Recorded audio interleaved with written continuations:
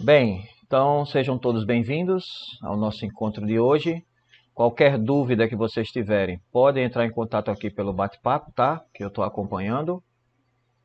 E nós vamos iniciar o nosso conteúdo vendo propriedades da matéria. Vocês vão perceber que é um conteúdo bem revisional, vamos dizer assim, né? Que vocês vão ver que é revisão de muitas coisas do nono ano. Então, provavelmente vocês vão saber do que é que eu estou falando aqui, tá?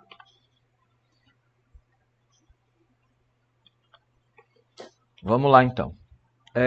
Inicialmente, nós vamos colocar aí a definição de fenômenos, né? O que são fenômenos? Também chamados de transformações, né? Fenômeno, pessoal, é qualquer alteração que ocorre em um sistema, né? Então, esses fenômenos podem ser físicos ou químicos. Existe outro fenômeno que é o nuclear, mas não é objeto de nosso estudo no momento, tá? Então, assim, o fenômeno físico, ele tem uma característica dele não alterar a composição da matéria. Então, como exemplo aqui, eu posso colocar o papel amassado, tá? Por quê? Porque eu posso esticar esse papel novamente e ele não deixa de ser papel, tá?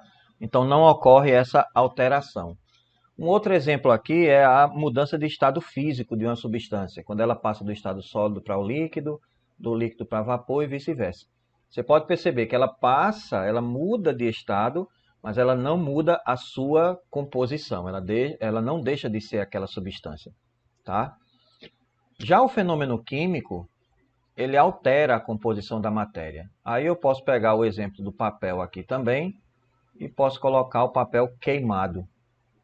Então, quando eu queimo o papel, pessoal, não tem como mais voltar, né, àquela situação anterior. Agora virou cinzas, né, e eu não posso retornar ele para voltar a ser papel novamente. Outros exemplos aqui, prego enferrujado e assim por diante, tá? Só que o fenômeno químico tem uma observação importante. Ele pode ser o quê? Ele pode ser reversível ou irreversível. Já o fenômeno físico, ele é reversível, certo? E aí a gente pode levar em consideração que o fenômeno químico, ele é sinônimo de reação química, tá? Então a gente pode perceber isso aí, ok? Bem, como nós estamos iniciando o estudo da matéria, né, é importante que a gente saiba dessa definição de fenômenos. Porém, também é importante que a gente compreenda a matéria e suas propriedades, né? Que são três. São as propriedades gerais, que elas são comuns a todo tipo de matéria. São as propriedades específicas, que elas são particulares a cada tipo de matéria. E as propriedades funcionais, que são apresentadas por determinados grupos de materiais, tá? Dentro das propriedades específicas, nós temos três subdivisões, que são as propriedades organolépticas, as propriedades físicas e as propriedades químicas, tá? Nós vamos estudar cada uma detalhadamente, nós vamos ver aqui. Qualquer dúvida, vocês podem entrar em contato aqui pelo bate-papo do Google Meet, tá? Então, as propriedades gerais. As propriedades gerais, pessoal, elas são comuns a qualquer tipo de matéria, ou seja, todo material apresenta ela. Impenetrabilidade, né, que é a característica de que a matéria não pode ocupar o mesmo lugar, né? Dois materiais ocuparem o mesmo lugar ao mesmo tempo. Compressibilidade, a capacidade que o material tem de se comprimir. Divisibilidade, massa, extensão, inércia, né, e assim por diante, certo? Estas são as propriedades gerais. Temos as propriedades específicas, que elas são particulares a cada substância. Aí é aquela que eu falei, elas subdividem-se em três. As organolépticas, que nós utilizamos os órgãos dos sentidos para definir a matéria, diferenciar, tá? Tato, olfato, paladar, visão e audição. As propriedades físicas e as propriedades químicas, que também nós vamos ver no decorrer da nossa aula aqui, nós vamos ver detalhadamente, tá? Vamos iniciar então com as organolépticas. Como eu havia falado, são aquelas que a gente utiliza os órgãos dos sentidos para percebê-las. Por exemplo, a cor, a gente usa a visão. Odor, usa o olfato. Brilho, visão. Sabor, usa o paladar. E assim por diante, né? Então, por exemplo, se de repente você fechar os olhos, né, e tentar diferenciar pelo cheiro uma maçã de uma banana, você vai saber que cada uma tem um odor característico, né, da sua própria fruta. Se você for diferenciar pelo sabor o sal do açúcar, você também vai perceber essa diferença entre os dois, tá? Então, estas são as propriedades organolépticas. Segundo, propriedades físicas são aquelas que são passíveis de serem medidas. Por exemplo, ponto de fusão. Ponto de fusão, pessoal, é a temperatura na qual a substância passa do estado sólido para o estado líquido. Ponto de ebulição são aquelas propriedades, na verdade é o ponto, né? É a temperatura na qual a substância passa do estado líquido para o estado vapor. Densidade é a propriedade que a substância tem de ser mais ou menos pesada, né? Eu estou colocando assim entre aspas, tá? Ser pesada. Então, assim, corpos mais densos, corpos menos densos. E a gente vai estudar isso aí também. Solubilidade é a propriedade que a substância tem em ser dissolvida em outra. Por exemplo, água e sal, né? O sal é dissolvido na água e assim por diante. E temos outras, né? Calor específico, dureza e assim por diante. Aqui temos como exemplo, né, do lado esquerdo, o gráfico de aquecimento de uma substância, certo? Aí nós vamos estudar isso aí também. Do lado direito nós já temos um exemplo de densidade, né? Ok? Bom, e a outra propriedade são as propriedades químicas, tá? Que elas se referem ao quê? A habilidade da substância se transformar em outra, certo? Por exemplo, aqui ele coloca os dois exemplos, né? O leite, ele pode se transformar aqui em iogurte. Já o ferro pode virar ferrugem, tá? Porém, o leite não pode se transformar em ferrugem e nem o ferro se transformar em iogurte. Então, é uma propriedade característica daquela substância, certo? Neste caso aqui, o ferro transformando em ferrugem, a gente não pode voltar, né? A ferrugem não pode voltar a ser ferro. É uma situação irreversível, tá? Mas dentro das propriedades químicas, nós temos situações que são reversíveis, tá? Isso faz parte do estudo do equilíbrio químico, que é algo que nós não vamos estudar este ano, ok? E aí, ó, temos as propriedades funcionais. Então, elas são apresentadas por onde? Por grupos de substâncias, né? E estes grupos, eles recebem o nome de funções químicas. Vamos lá. Acidez. Acidez é característica aqui, ó, do limão, né? Então, característico de um grupo de substâncias que são chamadas de ácidos. Essa acidez ela é determinada, pessoal, por meio de uma escala, tá? Chamada de escala de pH, certo?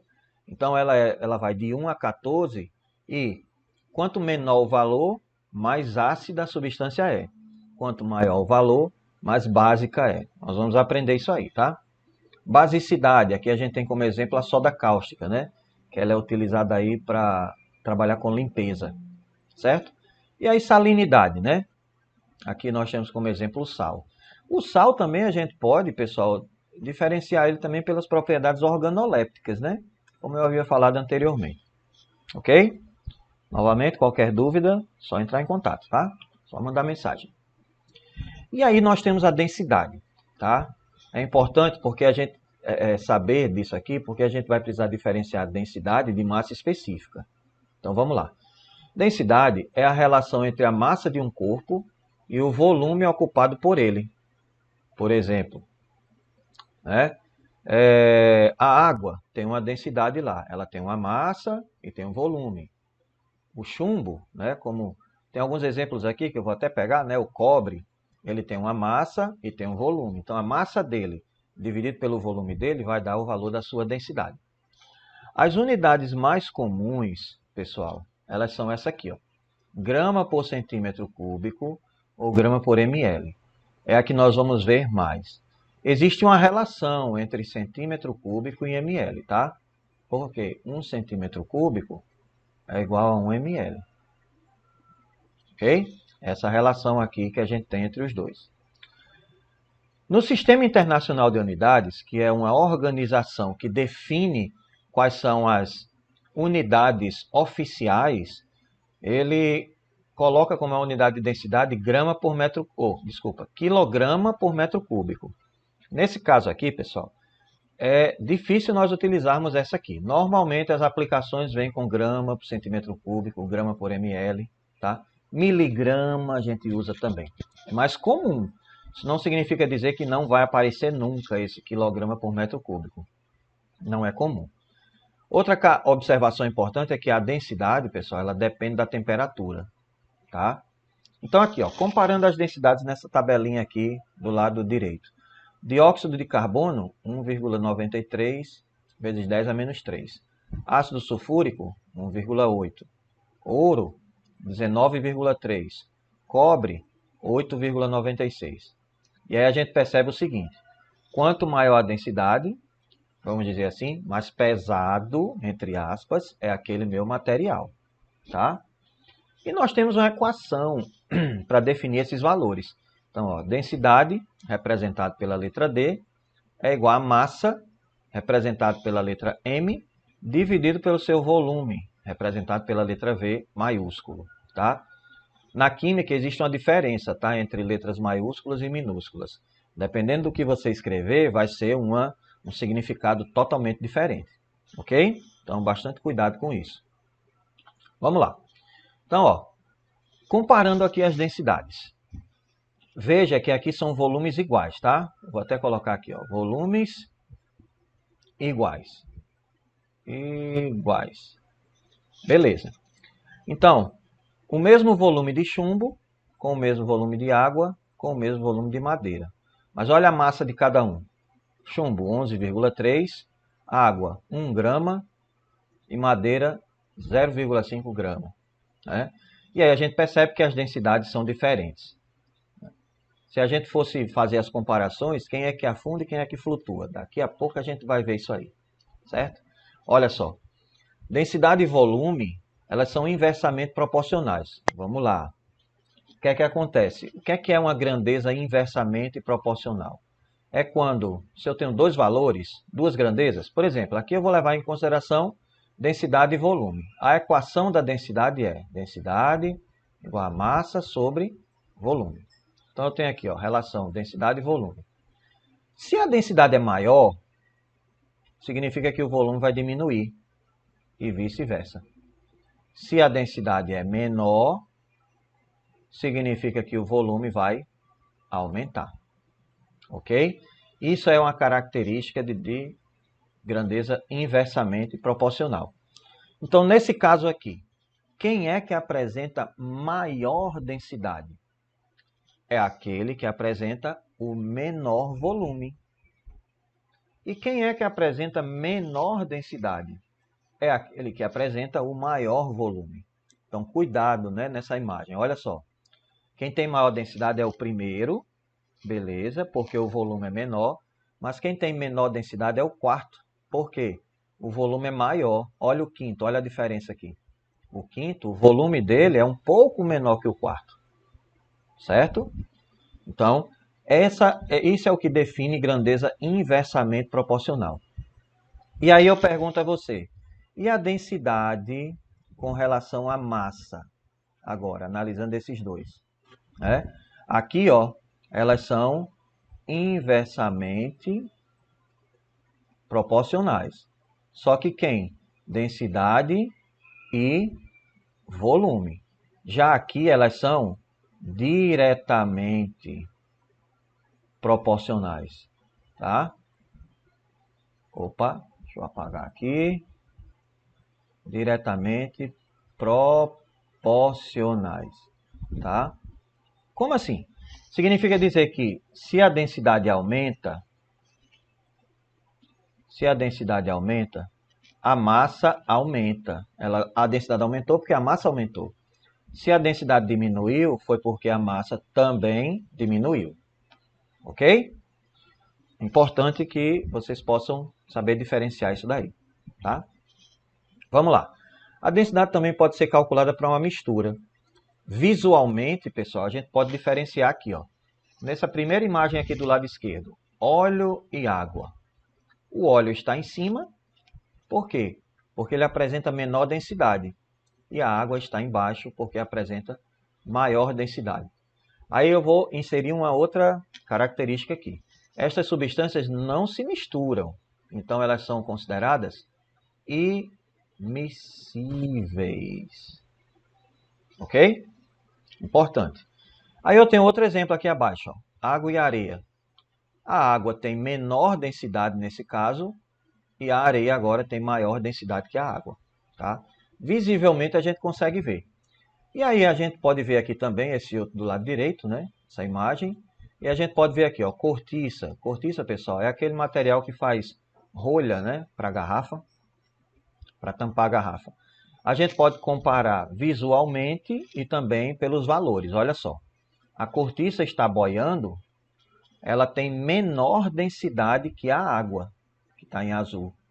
O chumbo, aqui, ó, esse bloco negro, ele está afundando porque ele tem maior densidade com a água. Olha o que é que acontece, pessoal, em termos de valores. A cortiça boia porque ela tem um valor menor que a água. Consequentemente, a densidade da cortiça é menor que a densidade da água e a cortiça boia. Já no caso do chumbo, a densidade do chumbo, o valor do chumbo, ó, é maior que o valor da densidade da água. Consequentemente, o chumbo afunda. Ou seja, quanto maior a densidade, mais o material vai afundar, se comparado com o outro. Ok? Beleza.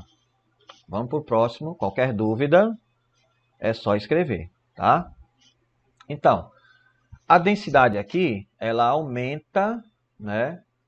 Dependendo do estado de agregação da matéria. Então, aqui eu tenho sólido, tenho líquido e tenho gasoso, né?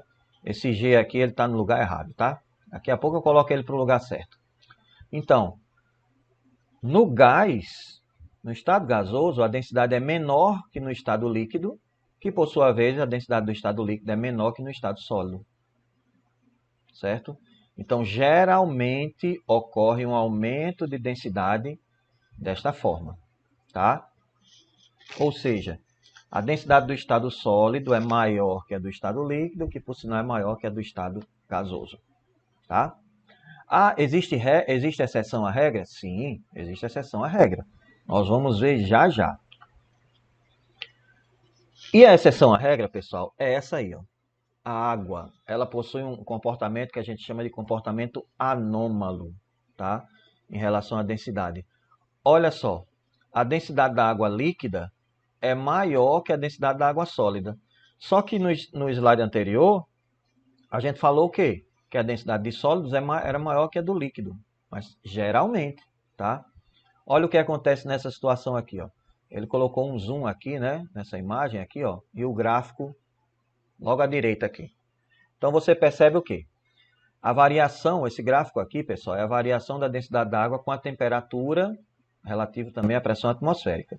Mas nesse detalhe, a gente vê que a densidade máxima da água, ela ocorre nessa temperatura aqui, ó, a 4 graus, certo?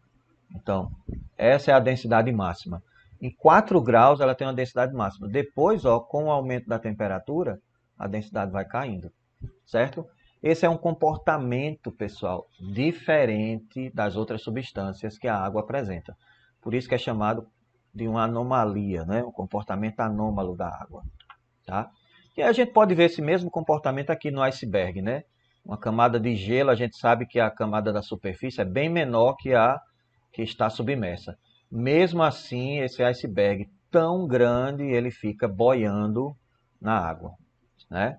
Por causa deste comportamento anômalo dela, tá bom? E aí, ó, esse comportamento anômalo da água tem uma influência muito importante, muito profunda para a vida na Terra. Você já parou para pensar nisso aqui, ó? Veja bem, o gelo que se forma nos rios, lagos, né, e oceanos, ele flutua. E aí ele isola o restante. Essa outra parte aqui, ó, a parte submersa, ela permanece líquida, né? Aqui ela vai permanecer líquida, fazendo com que a, a vida aquática ela possa permanecer. Você já pensou se o gelo fosse mais denso? Ele afundaria e aí seria possível que o quê? Que toda a água congelasse. Nessa circunstância, se o gelo fosse mais denso e a água congelasse, seria impossível a existência de vida aquática na Terra. E a gente sabe que o ecossistema ele é completo, né? Então, se não existe vida na Terra, né, aquática, já não vai existir também para as outras. É uma cadeia, né? Isso vai influenciando. Então, seria impossível a existência de vida na Terra, tá? Então, esse comportamento da água tem uma profunda influência sobre a vida terrestre, ok? Bom, a água também sofre uma contração, né? Uma diminuição de volume, certo? Quando ela sofre essa mistura aqui. Essa parte aqui é mais ilustrativa e nós vamos ver depois, tá? No decorrer de nossas aulas, nós vamos chegar um momento que vai abordar novamente esse conteúdo e a gente vai compreender, certo? Então, assim, a preparação dessa solução, né? Ela é acompanhada por uma diminuição da contração de volume, né? E aquecimento da solução. Quando você mistura, essa solução se aquece. Isso é devido ao quê? A um arranjo da molécula intermolecular e a formação dessas ligações aqui, ó, chamadas ligações de hidrogênio, que em um momento oportuno nós veremos aqui em nossas aulas, tá? E aí nós vamos compreender melhor. E aí entramos no conceito de massa específica, que logo no início eu falei para vocês, né? Que a gente precisa saber diferenciar a massa específica da densidade. Então, a massa específica, pessoal, é uma propriedade que caracteriza as substâncias puras, tá? Então, ela é definida como o quê?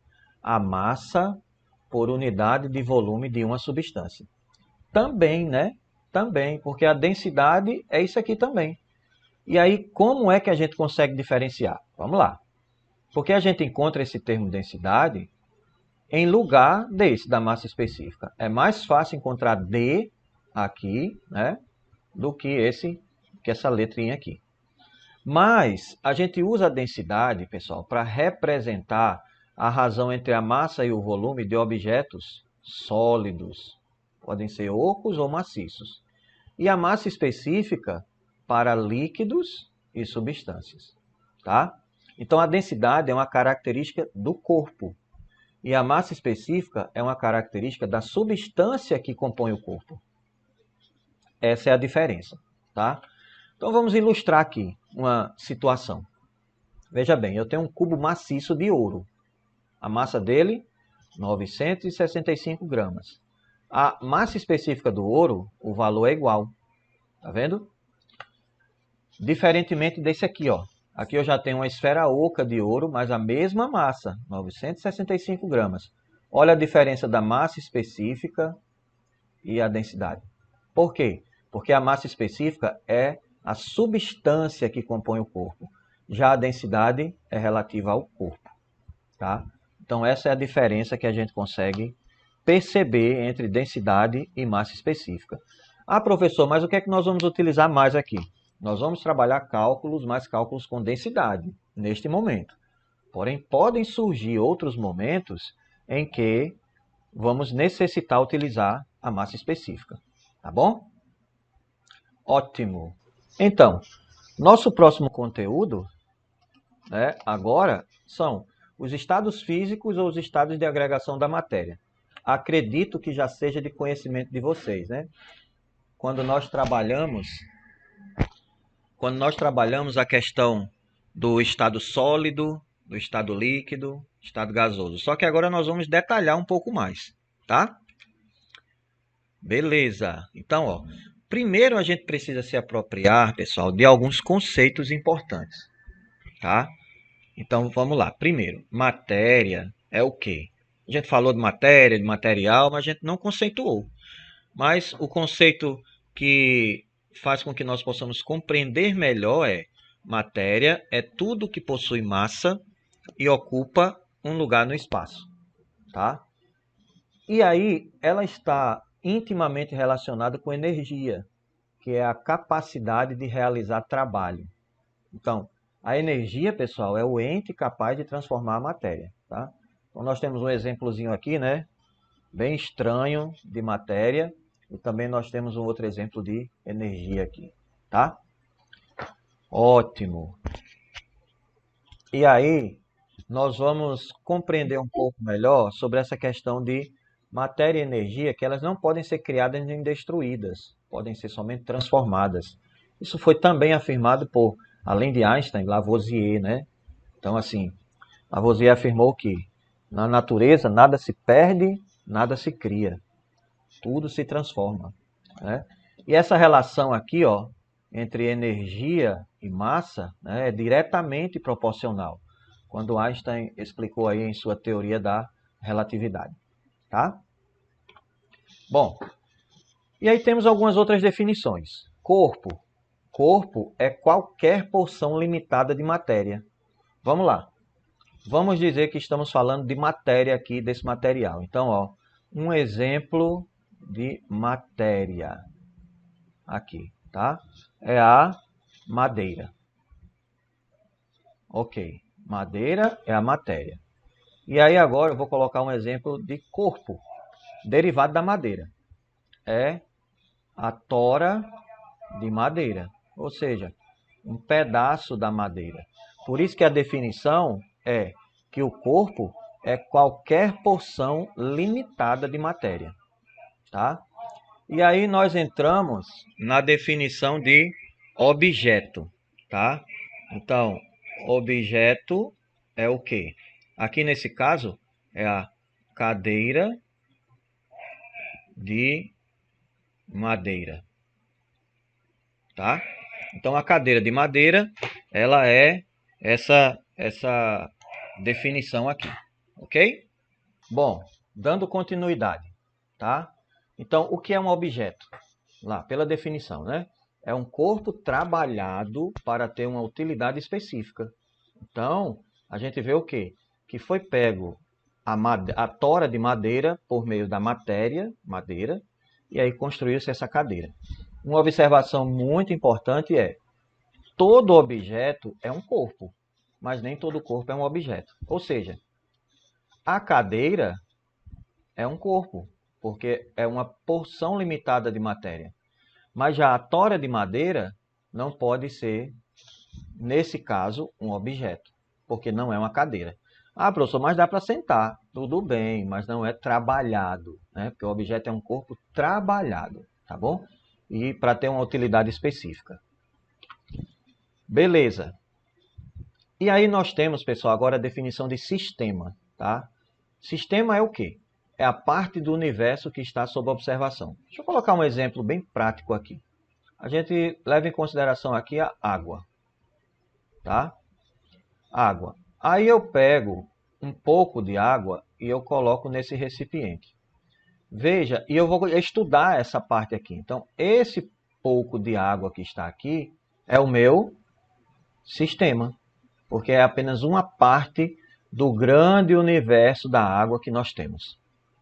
Ok? E aí nós temos dois tipos de sistema. Sistema homogêneo, que apresenta uma única fase, e o sistema heterogêneo, que apresenta duas ou mais fases. Como é que eu posso diferenciar isso daqui? Vou escrever aqui para vocês, tá? Então eu vou colocar aqui dois recipientes, certo? Vou colocar aqui duas substâncias que nós já vimos aqui. E vou colocar aqui uma outra, tá? Nessa primeira aqui, pessoal, eu tenho água e óleo. Não se misturam, né? O óleo está aqui em cima e a água está na parte de baixo. Beleza. Nessa outra, eu tenho água e uma pitada de sal. certo? Então tá tudo aqui. Vamos nesse primeiro aqui, água e óleo. O que é que acontece? Eu consigo diferenciar o óleo que está em cima da água. Então aqui eu tenho fases. Eu tenho quantas? Eu tenho 2 fases. Aquilo que eu consigo ver. Aí a fase diz o quê? O que é? É cada porção homogênea de um sistema com composição e propriedades definidas. Tá bom? E aí também aqui eu tenho o quê? Ó? Água e sal. Porém, eu não consigo diferenciar a água do sal, porque estão aqui, o sal foi dissolvido na água. Aqui eu tenho apenas uma fase. E aí eu levo em consideração o quê? Este que apresenta a água e o óleo, que apresentam 2 fases, é considerado um sistema heterogêneo. Já esse que é a água e uma pitada de sal, que apresenta apenas uma fase, é considerado um sistema homogêneo. Tá bem? E nós vamos, no decorrer do nosso conteúdo aqui, nós vamos compreender melhor também isso aí. Isso aqui é só uma introdução, tá? Ótimo. Então, nós temos aqui agora, ó, sistemas homogêneos. 2 exemplos. Água destilada. O que é água destilada, pessoal? É a mesma coisa que a gente chama de água pura. É uma água que você retira os sais minerais. Porque a água que nós ingerimos, ela tem sais minerais, né? Então ela é uma substância pura, tá?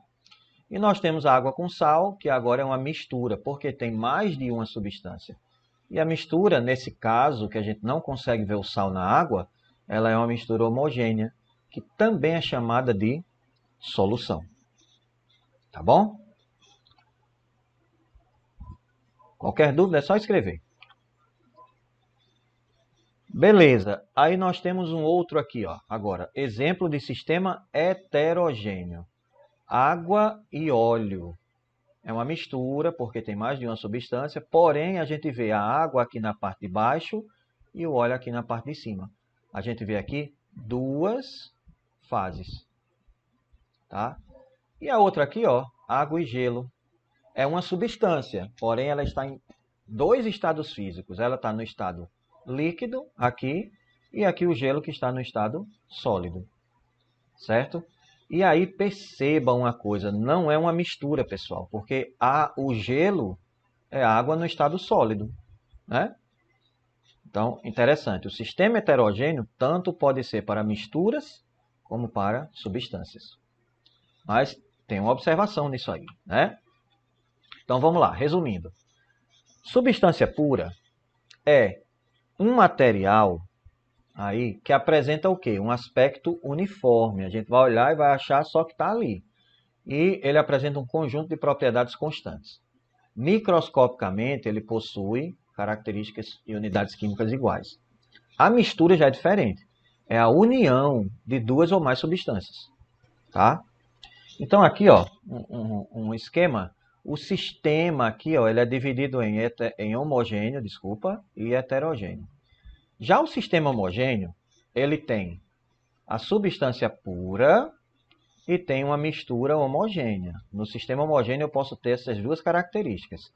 No sistema heterogêneo eu posso ter a mistura heterogênea e eu posso ter uma substância, mas que ela apresenta-se em vários estados físicos, como o exemplo que vimos anteriormente.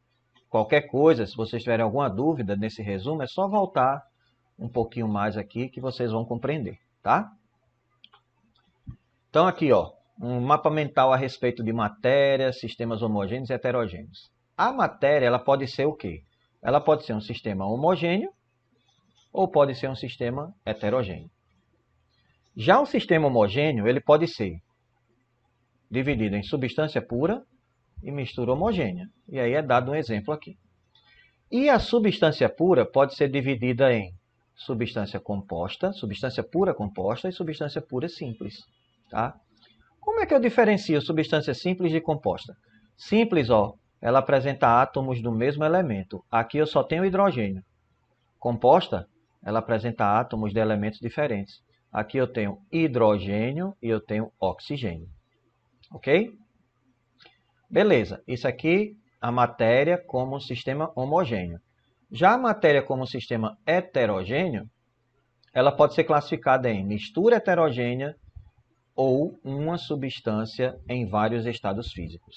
tá? Então isso aqui é um mapazinho mental para que vocês possam ter uma outra forma de resumir, tá? Beleza. E aí algumas observações são importantes aqui, tá? Como exemplo, o granito. Então, ó, o granito é uma mistura heterogênea, apesar de estar tudo reunido aqui. Mas por que heterogêneo? Olha visualmente aqui o granito, ó. Pegando uma parte dele, a gente consegue ver cores diferentes, né?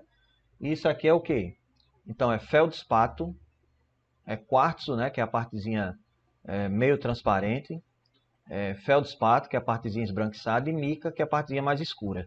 Nesse caso, ele possui 3 fases e 3 componentes. Primeira observação. Segunda observação é que toda mistura gasosa é homogênea, ou seja, o ar atmosférico é uma mistura considerada homogênea. Ok? Qualquer dúvida, é só mandar mensagem. Basicamente, vocês estão vendo muito aqui, deixa eu só... Ok. Basicamente, vocês estão vendo aqui mais uma revisão mesmo, né? Acredito que muitos devem estar se identificando com o assunto. Então, agora, estados físicos. A matéria, pessoal, existe uma variedade de formas, né? Chamados de quê? Estados da matéria ou também fases de agregação. Os 3 estados mais comuns são sólido, líquido e gasoso. Existem mais, tá? Mas nós vamos ver esses aqui. Então, vamos lá. Primeiro estado, estado sólido. É aquele em que a matéria se apresenta de maneira rígida. Olha só, a gente vê aqui a montanha, o gelo, né? A gente vê que eles têm uma forma específica, um volume. Então, característica do estado sólido. Apresenta uma forma e um volume definidos, tá? Ou seja, a gente pode até dizer que eles apresentam uma forma e um volume fixos, tá? Beleza. Então, baseado nisso aí, a gente vai agora compreender um pouco o estado líquido, tá? Já no estado líquido, pessoal, que nós vamos perceber aqui, olha só, ele se caracteriza por ele ser uma forma fluida, tá? Da matéria e tem a superfície bem definida. E aí ela adquire a forma do recipiente. Então, ele possui um volume definido. Então, o volume dele é definido. Ótimo. Porém, a forma é variável, porque vai depender do recipiente. Se eu colocar água aqui, ó, ela vai adquirir esse formato. Se eu colocar nesse recipiente mais longo, ela vai adquirir esse formato. Se eu colocar aqui num recipiente todo, né, estranho assim, ela vai adquirir esse formato, tá? Só a gente diferenciar. Coloca num copo, é um formato. Coloca numa chaleira, ela já tem um outro formato. Então, a forma dela é variável, mas o volume é fixo, tá? É definido. E aí, estado gasoso. O estado gasoso tem uma característica. A forma é fluida também, mas ele ocupa todo o recipiente, só que ele tem forma e volume totalmente indefinidos. Isso é o que também uma das características por ele ter alta compressibilidade, né? Claro que existem outras características para definir isso aí, mas basicamente isso, tá? Então, fazendo um resumo disso, antes da gente passar para essa curiosidade, tá? O estado sólido, aqui, ele apresenta forma e volume, mas os dois são o quê? Definidos, certo? O estado líquido também tem a forma, também tem a forma e tem o volume. Só que o volume é definido e a forma é variável. Por quê? Porque ele adquire a forma do recipiente em que está. Já o estado gasoso apresenta também tem uma forma e tem um volume, mas nesse caso eles são indefinidos. Ok? Bom, vamos lá. relacionando a energia do sistema com relação às mudanças de estado. Não se preocupem que todas essas partes aqui nós vamos compreender. Veja, o estado sólido está bem aqui, líquido aqui, gasoso, e aí aparece um novo plasma, né? Que é um estado da matéria, mais um estado da matéria, tá? A energia aumenta, pessoal, assim que muda o grau, o estado de agregação do sistema.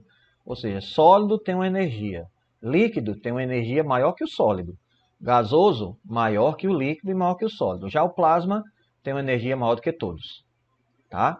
Então essa é uma curiosidade aí a respeito dos estados físicos naturais. Bom, algumas observações importantes. Quando falamos de gás e vapor, que eu acho que vocês já ouviram falar, qual é a diferença um do outro? Gás é a denominação que é dada àquelas substâncias que, nas condições ambientes, elas estão no estado gasoso. Desculpa. Elas estão... Então vamos lá, de novo. Gás é a denominação dada às substâncias que, nas condições ambientes, encontram-se no estado gasoso. Exemplo, gás de oxigênio, gás de nitrogênio e outros. Vapor já é a denominação para indicar a forma gasosa de uma substância que normalmente está no estado sólido ou líquido. Exemplo, água está no estado líquido, normalmente. Vapor d'água. Ferro, que está no estado sólido, normalmente. Vapor de ferro. E assim por diante. Tá? Observações importantes para a gente saber diferenciar. Porque às vezes a gente fala, é estado gasoso ou estado vapor? Então agora a gente consegue compreender isso aí. Tá? Bom, vamos agora observar alguns aspectos microscópicos dos estados físicos. Eu vou passar uma animaçãozinha aqui que a gente consegue compreender melhor, tá? Só um instante. Agora.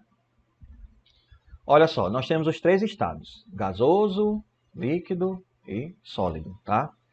Estado gasoso, o que é que acontece? Nós temos aí as partículas em movimento constante, né? E eles estão aí indefinido, ó, volume indefinido, tá? Volume indefinido. Também, agora, o estado líquido, tá?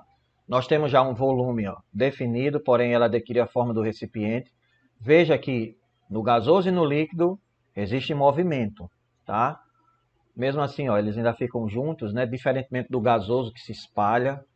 Já o estado sólido tem um movimentozinho, mas a gente considera esse estado de movimento de vibração, tá? As moléculas estão mais juntas, eles têm forma e volume fixos. Ok? Beleza. Mais um pouco sobre o aspecto microscópico, né? O aumento da energia cinética. O que é isso, pessoal? Energia cinética é a energia relacionada ao movimento, ao grau de agitação das partículas, tá? Deixa eu passar aqui, ó, um videozinho, ó. Estamos começando com a temperatura de menos 273. Percebam que não existe movimento, estado sólido cristalino, tá? E aí, já vai para menos 180. Já perceba que existe, ó, um movimento. E esse grau de agitação é chamado de vibração. Ainda estamos no estado sólido, tá? Então, neste estado sólido, a vibração, ó, aumenta, né? Agora já vamos para o estado líquido, certo? Já estamos aqui nesse momento. No estado líquido já existe uma maior liberdade, mas não tanto. Essa liberdade vai aumentando com o aumento da temperatura, certo? E aí nós começamos a perceber agora que no estado, que é esse último, as partículas estão bem livres, que é o estado gasoso. Então, a energia de movimento, a energia cinética, ela aumenta com a mudança de estado, do sólido para líquido, do líquido para gasoso. O contrário, de gasoso para líquido e de líquido para sólido, existe uma diminuição da energia cinética, tá? Beleza. Então agora, ó, novamente, analisando as mudanças de estado, porém nós vamos analisar o que agora? O que é que ocorre em cada uma, né? o gelo derrete, a água ferve e assim por diante. E como é que são chamadas essas mudanças de estado, certo? Então nós temos aqui, ó, estado sólido, aqui estado líquido, estado vapor. Sólido, forma e volumes definidos. Líquido, volume definido, forma variável. Vapor, volume e forma variáveis. Então, quando se derrete, né? Vou levar em consideração a água. Quando o gelo derrete, ele sai do sólido para o líquido. O nome dessa transformação é fusão. Quando sai do líquido para vapor, é vaporização. E aqui eu abro uma observação, porque existem 3 tipos de vaporização. A primeira delas é a evaporação, tá? E um exemplo bem prático de evaporação. Quando a gente pega a roupa e coloca para secar ao sol, veja que o processo é lento, né? A água vai lá, indo para o estado vapor, um pouco lenta, tá? Segunda transformação aqui, segunda observação para a vaporização, é a ebulição. Ebulição, pessoal, neste caso aqui, tá? Só um instantinho que eu vou apagar, agora deu certo. A ebulição, como exemplo, a gente pode levar em consideração a água fervendo. E aí a ebulição é caracterizada pelo aparecimento de bolhas, tá? E nós temos, por último, a calefação, que é o processo mais rápido.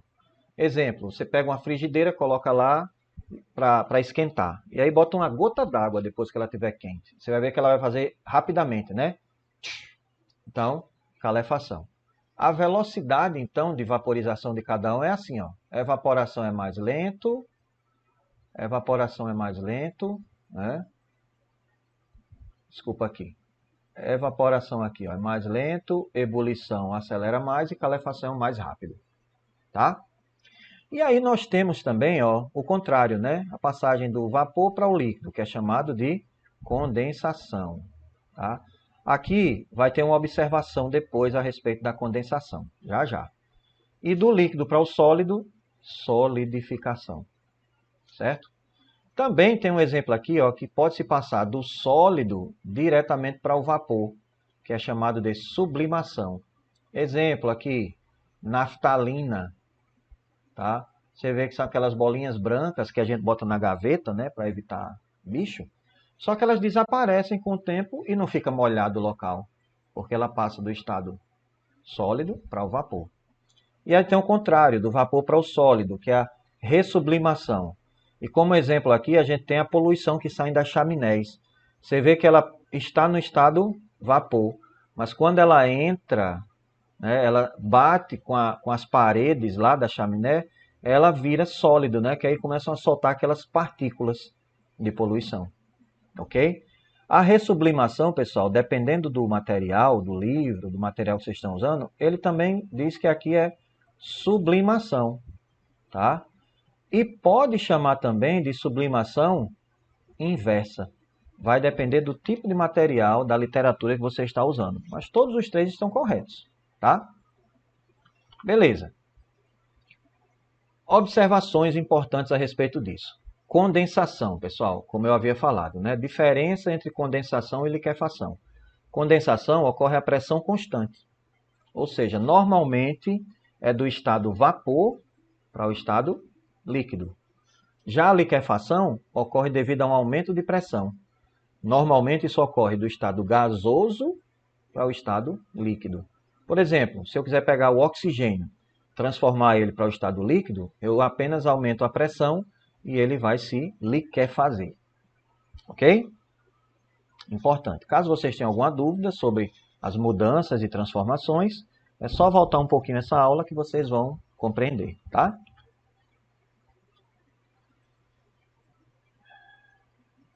Beleza. Questão de absorção de energia e liberação de energia na forma de calor, neste caso. Quando está passando do estado sólido para o líquido e do estado líquido para o estado gasoso, ocorre uma absorção de calor. O nome deste processo chama-se processo endotérmico. Como é que a gente sabe disso? Exemplo, quando o gelo está derretendo, está aumentando o calor, mas o sistema está absorvendo o calor, certo? Sistemas endotérmicos. Quando ocorre o contrário, do gasoso para o líquido e do líquido para o sólido, ele vai liberar esse calor para o ambiente. E o nome desse processo chama-se processo exotérmico. Então, processos com absorção de calor são chamados de processos endotérmicos, processos com liberação de calor são chamados de processos exotérmicos. Ok? E uma curiosidade a respeito disso aí, né? Bem interessante. Ó. Em algumas regiões do Brasil, pessoal, principalmente aquelas que têm pouco acesso à energia elétrica, as pessoas usam potes de barro para conservar a água. E normalmente aquela água fica mais fria. Mas por que isso acontece? Isso ocorre porque parte da água, quando ela atravessa os poros aqui, né, do pote de barro, tá? Parte dela, ela passa para o estado gasoso, ou seja, ela evapora. Nesse processo, para que ela possa evaporar, ela passa o quê? Ela passa do estado líquido para o estado gasoso. E aqui, pessoal, ocorre o quê? Absorção de calor. Então, ele pega esse calor de onde? Essa água, né? Essa parte da água que evapora. Ela pega o calor das paredes do pote de barro, fazendo com que o pote esfrie. Consequentemente, a água que está dentro do pote resfria também, tá? Quem é que não já bebeu aí uma água de pote, né? Que fica bem friinha, muito bacana. Tem algumas pessoas que ainda utilizam, né? Normalmente minha avó utilizava, né? Algumas pessoas ainda utilizam filtros de barro, né? Que é o mesmo princípio, tá? Científico disso aí, ok? Uma curiosidade muito interessante para vocês perceberem que no nosso dia a dia também existe ciência, também existe uma explicação científica. Por isso, a importância de conhecermos os fenômenos que estão ao nosso redor, né? Estudarmos e nos aprofundarmos um pouco. Ok. Bom, temos agora, pessoal, gráficos aí de mudanças de fase de agregação, tá? Então, essas mudanças são representadas por gráficos. E existem 4 tipos diferentes. Gráficos para substâncias puras, gráficos para misturas comuns, para misturas eutéticas e para misturas azeotrópicas. Só que este assunto será cenas dos próximos capítulos, tá? Eu já sei que vocês têm muita informação para absorver, então por hoje nós ficaremos aqui, tá bom?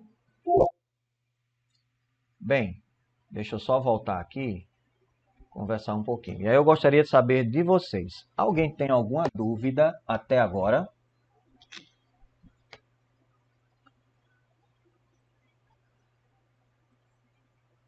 Parece que não, né?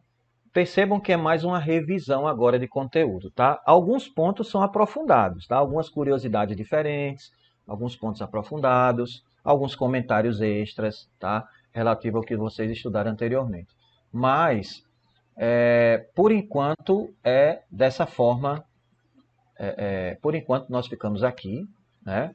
E aí, nas próximas aulas, na próxima semana, nós vamos aprofundar mais, tá? E caso não tenha nenhuma dúvida, gostaria de deixar-lhes um abraço e tenham um excelente fim de semana. Tá bom? Tchau, tchau, pessoal.